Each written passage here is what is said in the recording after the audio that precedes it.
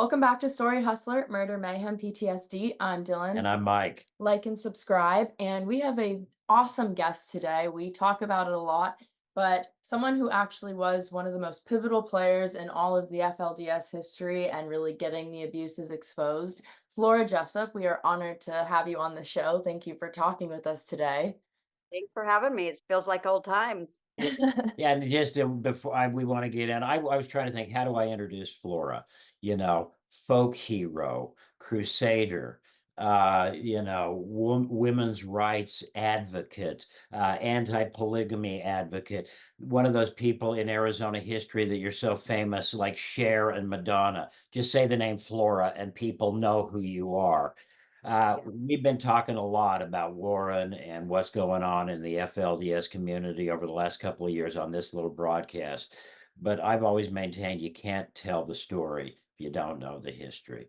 And I don't know anybody in the world who knows this story better than Flora Jessop, because in many ways, for the last 30 years, she has sort of directed history.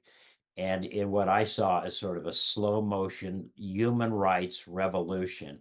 And in so many ways, it sort of started with you.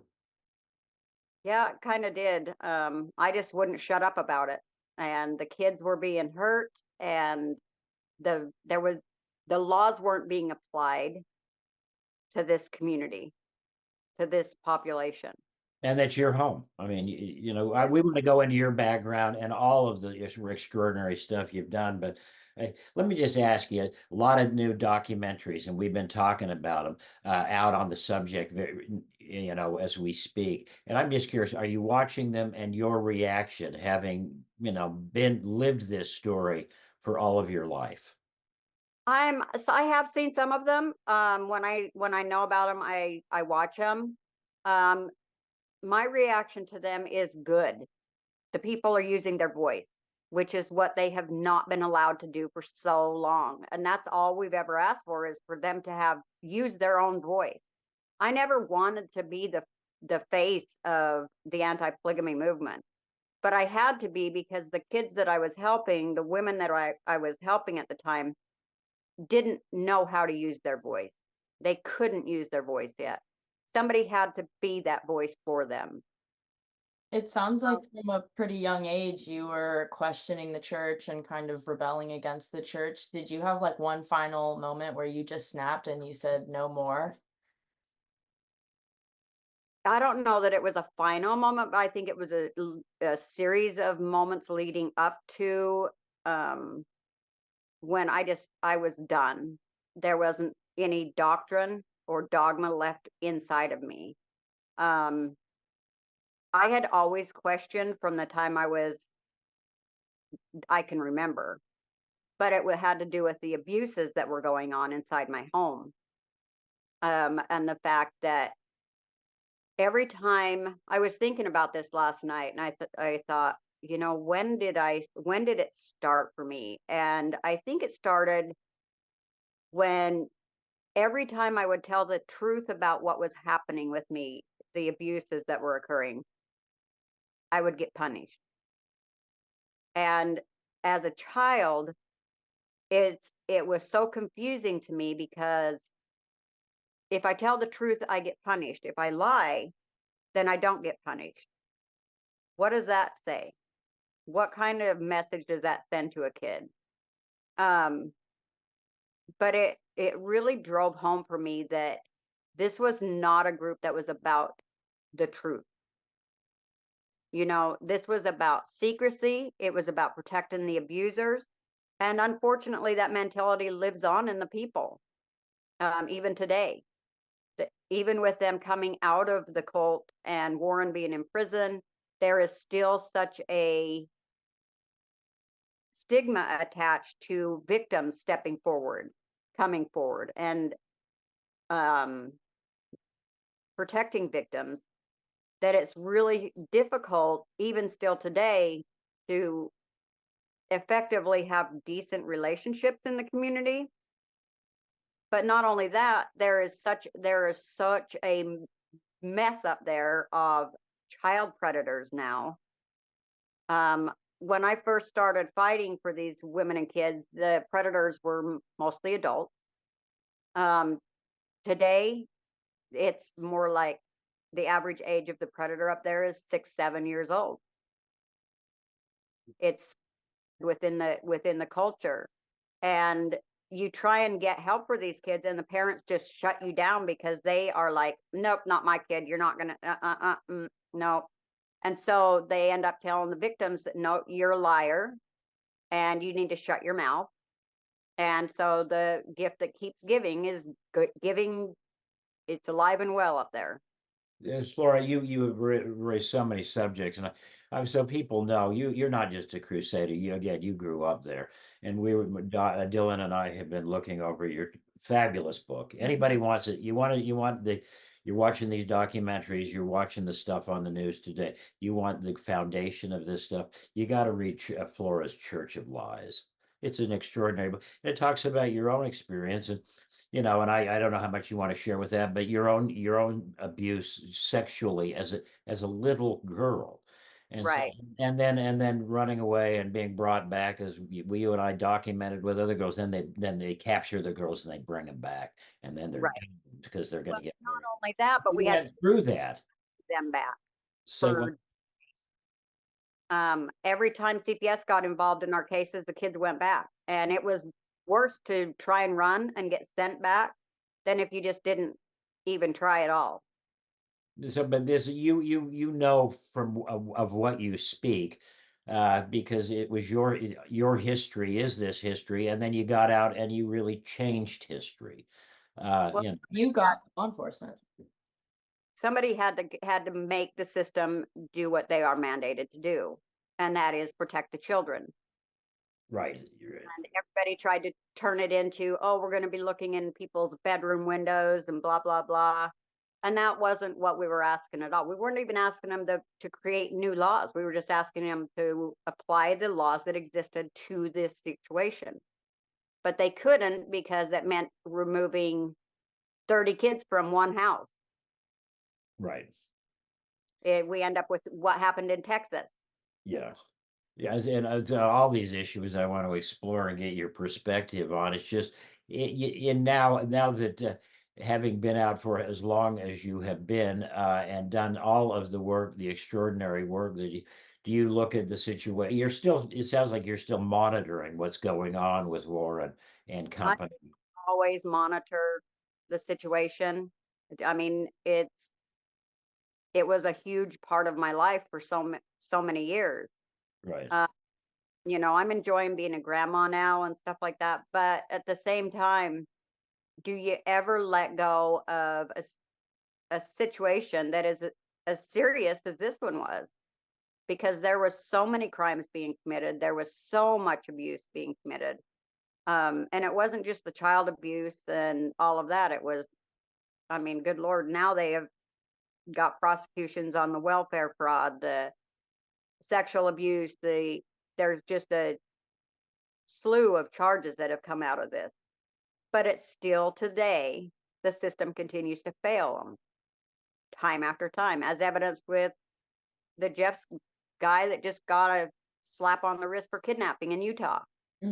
We talked about that on this channel, yeah. And it's interesting because, like we talked about, there's a lot of documentaries coming out nowadays, but it's the same story. I mean, it's a new face telling the story because it's happening to them, but it's the same story it's been since you got out and what you experienced. It's just a constant cycle of abuse. That no one will ever tell a new story Mhm. from what Mike has told. Well, and this I when I ask you your reaction to these things, because my reaction is exactly the same. Oh, I'm so glad that that individual is out and telling their story, and this is again so important. Right. And with each adding documentary, you get new people who come out now with this Sam Bateman guy, and Oh yeah. that story He's being, yeah, and the whole Heber Jeffs fiasco where they let him with a slap on the wrist. We've talked about that a lot. It's always great and refreshing. I think you and I, the one thing that we realize sort of together is the light of day is right. the best weapon we had. So it's good. I love seeing these people talk, but then I think, you boil it down and they're telling the same damn story that we were telling 30 They're years ago. telling exactly the story that we told for the 20 plus years you and I did it, Yeah. and we were branded liars big time for Yeah. it. And Yeah. now, but it's now it's just backup stories, but still, I mean, it was a hard thing for us to do because both of us, you and me, because they were brutal. I remember Sam Barlow, my favorite quote ever, telling you to drink your own bathwater is the worst thing he could come up with. Oh, there's so many funny lines that those guys gave, but reading your book, I was just reading back and the historic lines that you deliver. Dill and I were going over what are the stories that really move the needle in terms of public reaction and public pressure on law enforcement. And every one of those stories you were at the center of. If it's not down in El Dorado, that blowing the whistle when Warren bought the big compound, I'll never forget. You're standing in front of the bank of cameras and saying, I don't think they're coming. I think they're here. Yeah, They're just moments in history. And when I think back at the events that led to Warren being incarcerated, led to them taking the control of the town away, the little victories along the way, and you were the centerpiece of most of those stories. The Homeland Security money when they were ripping off the government, bleeding the beach. You're leading the charge. This is the school district bankrupt by these guys. The fawns. You and Going up and saving going up the getting the fawns. fawns. Lorraine Jessup and her kids running down here. Sherry Beth Taylor. The names go on and on, but the people you were directly involved in all of those stories. yeah, I was. Um, there was so many stories that never made the news Right. in between all of that. Right. Um, but those were the ones that garnered the huge attention and made things really happen. Um, the Dan Barlow case out of Kingman, Right. where 13 days for molesting all of his daughters, you know, that Little kind of, little trials that people have forgotten about, but each one of them build on one another. I mean, yeah, the 8 guys that Matt Smith prosecuted, leading up to then charges against Warren, all of the things that, were, and people forget those today, but it really was a slow motion revolution that nobody when people get out today, there's somebody there to listen to them. When you yes, got out, there was nobody. And there and was, and they wanted to put and there were a lot of forces out to get you. yeah, they wanted me silenced hard. Um, and it made it difficult, I recognized early on that my voice was the only thing I had to fight with. It Right. was the only tool in my toolbox. And I decided I was going to use it to my advantage. And I had to learn to use the media and not let the media use me. And now you helped me a lot with that, with understanding how that all worked Well, too. you were a quick student. You figured it out quick and did it beautifully. I had a passion for my kids and I wasn't going to let them be victimized again. Right. And that's where I stood. And nobody could push me backwards on that one. I love the quote in your book that you said that saving every child was saving them from hell and delivering them to heaven. I thought that was just such a nice way to put that. Yeah, So, there's some great Flora Jessop oh quotes in it. yes. And I remember one of the last when I think it was Lorraine Jessup had brought her kids down here and trying to get away. Cops were involved on the Phoenix Street. And I remember you telling me it gets better one child at a time. Yes, it does. I mean, the wit and wisdom and perspective that not only you brought to the camera, but just informed, whatever reporting I had on this was just you were the person when something was happening is like, what's really going on and where's this story going? I got to go find Flora because she'll know. Yeah. Well, I think we made a really good team. And, without your platform, our voice would have been silent. Right, and And I'm grateful to Channel 3 and all of our old camera guy friends, because I can't believe they let me get away with the stuff I got away with sometimes, going up and covering these stories and chasing you around. I can't believe we lived through half of it. Yeah, yeah, yeah. And thinking about the night we went, you ran up and got the fawns. I mean, one of those stories that really moved the needle. And, just a call in the middle of a Sunday afternoon for me and said, "Hey, I'm going up the mountain to get a couple of kids." And it's like, let's go. You know, Yeah. and what a memorable evening. Oh, yeah. Straight up, straight back, and putting them in a safe house. And what people don't understand about that story is that when I got them back to Phoenix and put them in a safe house, I was in negotiations with the FBI telling me they were going to arrest me unless I told them where those girls were at, threatening all kinds of this, that, and the other. I negotiated with them for 2 weeks before I would accept and bring those kids in. See, this is what the dynamics. You're not only fighting, oftentimes back in the day, you're not only fighting Willie and Warren and all of those guys and the police cops, but the law enforcement in the outside world was doing everything to undermine it. Oh yeah, and the Attorney General of Arizona, and ended up running with them out of when they did their forensic interviews, because they lied to us. And I looked at the girls and said, "Are you scared?" And they're like, "Yeah." And I said, "Well, now so am I, because now we probably have broken the law." Yeah. Well, and Willie was pitching that story on Capitol Hill when he went and when they were testifying in front of the Senate, saying that they were going to arrest you and me for kidnapping. Yeah, okay. Can Yeah. you get? I'm still waiting for the handcuffs, Willie. I have always said I keep one foot inside the law. My other foot tends to wander some, but one is always inside the law. You know what, people can say, and I've told people about this before, can say what you will about the early crusaders in this, but without Flora Jessop, this I'm not certain Warren would be incarcerated, and the towns would have been, the cult would have been removed from controlling the town. Those were huge things and changed the dynamics forever.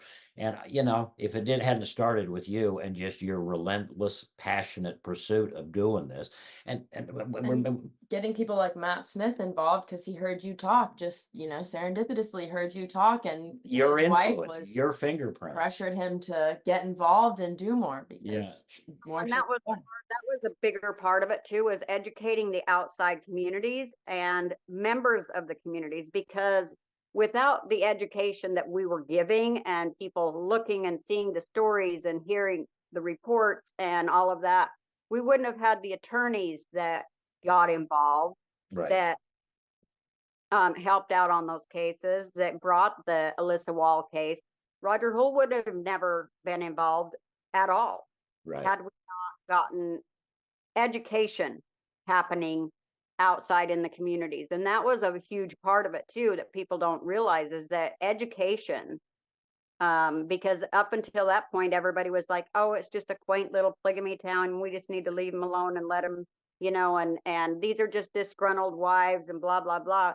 And so until the stories of the abuses, we started getting more and more of them to come out and showing all of that. Thanks to Mike, thanks to you for the platform, honestly, but because your voice. my voice and your platform, because, and thank God your station allowed you to do the stories and come with us all the times that I ran you amok up there. But every time we went up, we ended up coming back with some good stuff. But And it was some of the greatest adventures of my career, most of them centered around following you. yeah, I mean, we did a documentary 20 years ago called Colorado City, the Underground Railroad, and most of it's about Flora's early work in the early cases that really set the stage for. And I want to just get this on the record. I mean, you're like most of the women who got out that I know.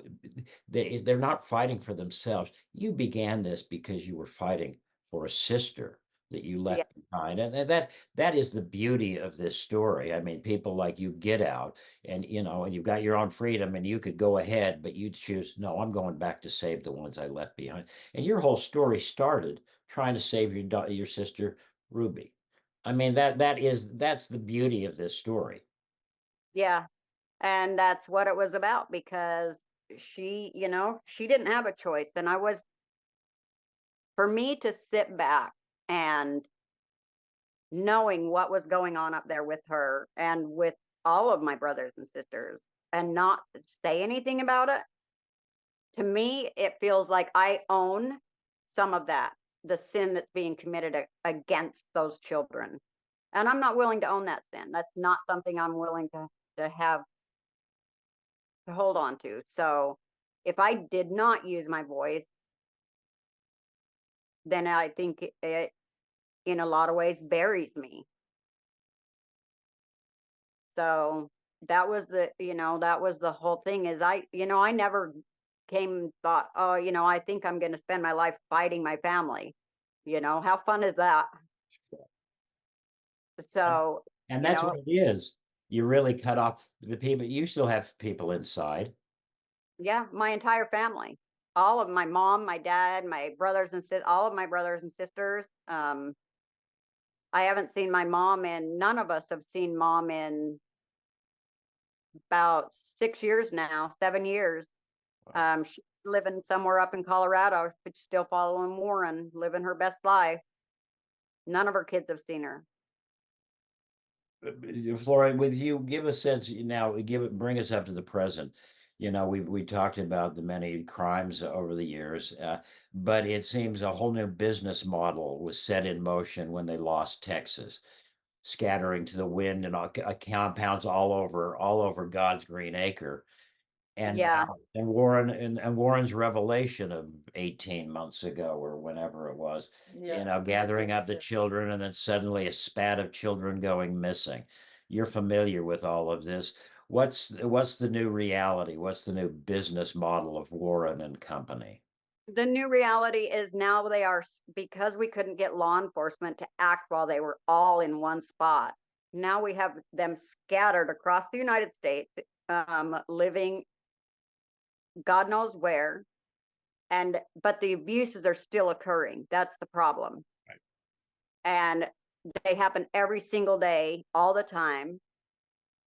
I don't know if you've picked up on the fact that the kids that were on that Texas compound are now grown. Right. Wow. And the number of them that have left and verified the abuses that were occurring, that we had said were occurring, um, that all of those attorneys in Texas and all those people came forward and said it's not true. It's not true. These kids they know who their mother is. No, they didn't. They absolutely didn't know who their mothers were. Um, and what one story that hasn't been touched on at all, is the fact that there were hundreds of caseworkers, CPS caseworkers, that quit Texas over that case, Right. because they were told to push those kids across the room. They had to make them go back. It didn't matter what they had been through. Yeah, No but matter what the abuse was, send them back. the media failed that story and bought into the pity party that they orchestrated, and that was yeah. And I got the same sense. Most of the social workers down there were clearly of a mind, we should not send these kids back. Absolutely not send these kids back. There was so much egregious abuse occurring on that compound, and it was horrifying. Right. One of the A lot things, didn't even have parents there to protect them at all, to even try and protect them. and this is a point that one of the most maniacal things that Warren, I think, has done during his reign of terror over these last 25 years is the utter destruction of the family. I mean, in Rulon's days and Uncle, Roy's days, the polygamous family may have been unconventional, but there were real family units. There were. Warren has just crushed that by, shuffling people around and banishing them and taking entire herds of kids away from, and there's now a couple of generations where there really is no family structure. And I think Right. that was one of the most maniacal things that he has done to his community. And it makes it a hell of a lot easier because they're all beholden to him. Right. Telling kids that their DNA is now changed to match their new father, that their father's DNA isn't in them anymore. It's just, yeah, he was special crazy. What do you say to, you spent your life basically trying to undo the harms that that guy inflicted? What do you say to him today? What do I say to him? I hope hell's fun, and I wish he could meet the other inmates Yeah. because Yeah. how they keep him sequestered, and it breaks my heart. I wish he could go and meet the other inmates. That's all. Yeah. That's crazy. I don't know why they would do that, but and I don't know why he's allowed to have so much contact. He's Uh, one of like 5 people that they have segregated in the state of Texas because Texas does hard time. mhm. They know right now that Warren would die a brutal death if they let him on the yard. Right now, them guys would eat him alive. Yeah. Yeah. Yeah. But he certainly has access to getting his message out, which is always perplexing as well. Rights organizations get up in arms and blah blah blah blah blah. Well, what about the kids' rights? Right. Right. My question. What about the kids' rights? Flora, it is just it's so great to just get back in touch. You are such a big part of my life and my career and my family, and you are a folk hero for folks who don't know and want to know this history. Read the book. Read the book, yeah, you are so honest in this, so forthcoming. Well, I wrote it. I wanted people. The system has a way of bringing you up to the door when it comes to abuse issues, bringing you to the door, and you see a sliver into the room, and then they slam the door in your face. So when it comes to child abuse, there's not a good understanding of what child abuse is, what it does, how it affects the kids, and even in the mental health field, there's not a good understanding of what abuse does. And so I wrote my book the way I did because I needed not only to connect with other victims and let them know you're not by yourself, you're not alone. These things are being suffered by other people too, other children. I wanted to connect and let victims know they weren't alone because they isolate the victim to the point that the victim doesn't believe anybody else in the world understands what they've been through because of the system. The system is doing this to them. And victims need to be shown that they aren't alone, that these abuses are being suffered all over the place. There's many people that understand you.